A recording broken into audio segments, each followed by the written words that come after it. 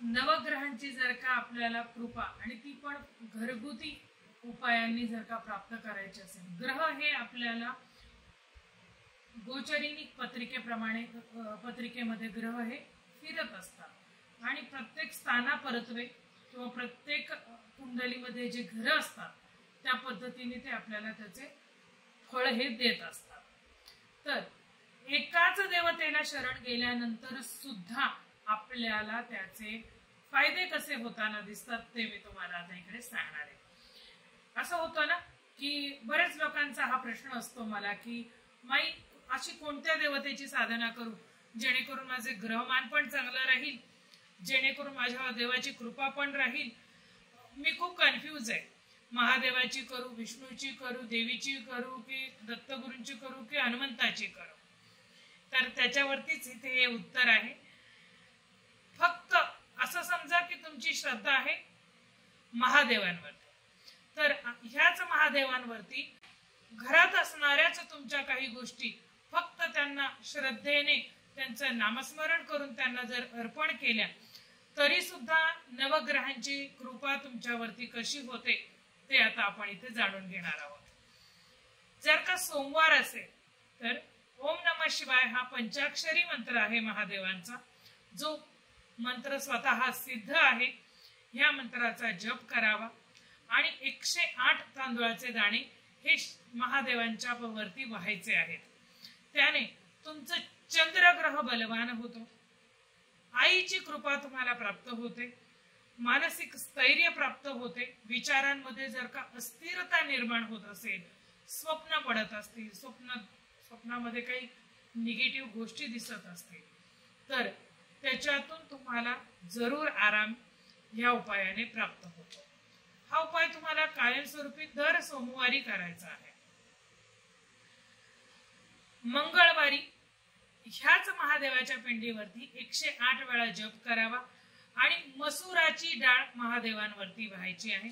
याने मंगळ ग्रह तुमचा स्ट्रॉंग होतो आणि मंगळाची कृपा तसेच गणेशाची कृपा, कारण की रक्तवर्ण असतो गणेशाची कृपा तुमच्यावरती प्राप्त होते. जीवनामध्ये एक स्थिरता म्हणतो ना आपण, एक घराचा जर का पाया मजबूत असेल तर अख्खी इमारत मजबूत होते. तर एक स्थिरता देण्याचे काम आपल्याला मंगळ ग्रह देतो. स्वतःचे घर, एक परमनंट नोकरी, परमनंट एखादा व्यवसाय हे मिळण्यासाठी तुम्हाला फायदा होईल.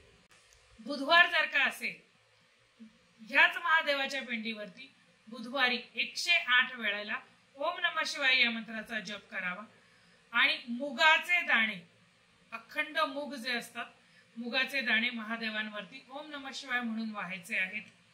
याने तुमची बुद्धी तल्लक राहते. बुध ग्रह जो बुद्धिकारक आहे, मंगळ जसा गणपतीचा आहे तसा बुद्धी सुद्धा गणपतीचीच आहे. तुम्हाला योग्य वेळेला योग्य काम करण्याची बुद्धी, अभ्यास असेल, एखादा डिसिजन असेल, तुमचं स्मरणशक्ती असेल, या सगळ्यावरती काम करतो तो बुध ग्रह. त्याचप्रमाणे बुध हा बिझनेस साठी सुद्धा खूप चांगला ग्रह आहे. तुमच्या जीवनामध्ये एखादं प्रॉस्पेरिटी आणण्यासाठी सुद्धा त्याचा उपयोग होऊ शकतो.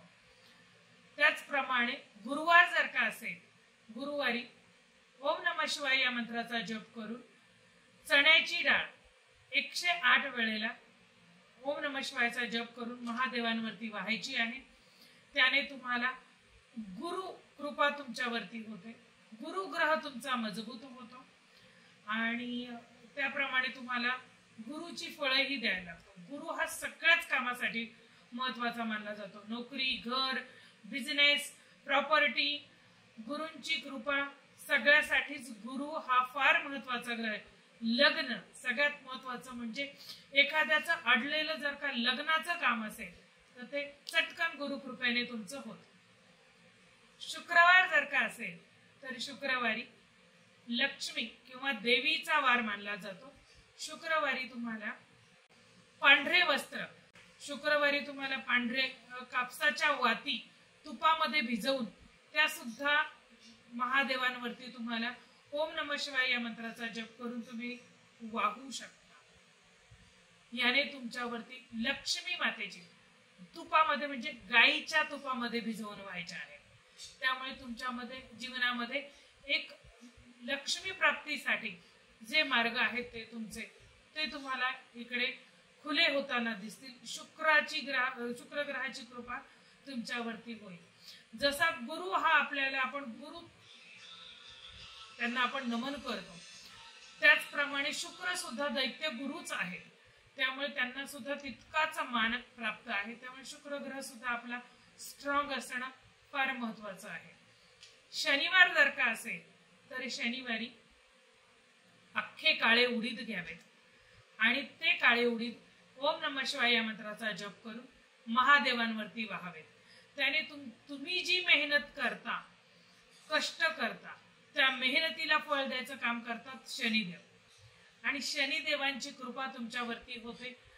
आणि शनिदेव एकदा एखाद्याला प्रसन्न झाले की तुमच्या जीवनामध्ये जी मेहनत कराल त्या मेहनतीला फळ द्यायचं काम हे ते करतात. कर्मफल दाता असं शनिदेवांना म्हटलेलं आहे, त्याप्रमाणे तुम्हाला त्याचं फळ मिळेल. रविवार जर का असेल तर 7 धान्य मिक्स करावीत आणि ते सप्तधान्याचं ओम नमः शिवाय मंत्राचा जप करून महादेवांवरती व्हायचे आहेत. त्याने राहू केतू तुमचे मजबूत होतील. राहू केतू मजबूत झाले की ज्या अडचणी, कामामध्ये येणाऱ्या ज्या अडचणी आहेत, कोणतंही काम करायला गेलं की अरे होता राहिलं, असं ज्या वेळेला तुम्हाला प्रत्येक वेळेला अनुभव येतात, घरामध्ये कटकटी होतात, बऱ्याच गोष्टी राहू केतूच्या अंडर येतात, तर ह्या राहू केतूची कृपा तुमच्यावरती प्राप्त होईल आणि तुम्हाला त्याचे फायदे अनुभवाला येतील. हा उपाय सलग 8 दिवस तुम्ही करू शकता. त्याच्यासाठी खर्च काहीच नाही, जेमतेम 2-3 रुपयाचा खर्च आहे प्रत्येक दिवशी जर करायचं ठरवलं तर केवळ एकमेव एका देवतेला शरण गेलं तरी सुद्धा तुमची कुंडलीतील ग्रह हे मजबूत कसे करता येतात याबद्दलची माहिती तुम्हाला मी इकडे दिलेली आहे. माहिती कशी वाटली ही जरूर कमेंट बॉक्स मध्ये कळवा आणि उपाय जरूर करून बघा. असाच माहितीपूर्ण व्हिडिओ घेऊन पुन्हा लवकरच भेटते. तोपर्यंत जय भवानी.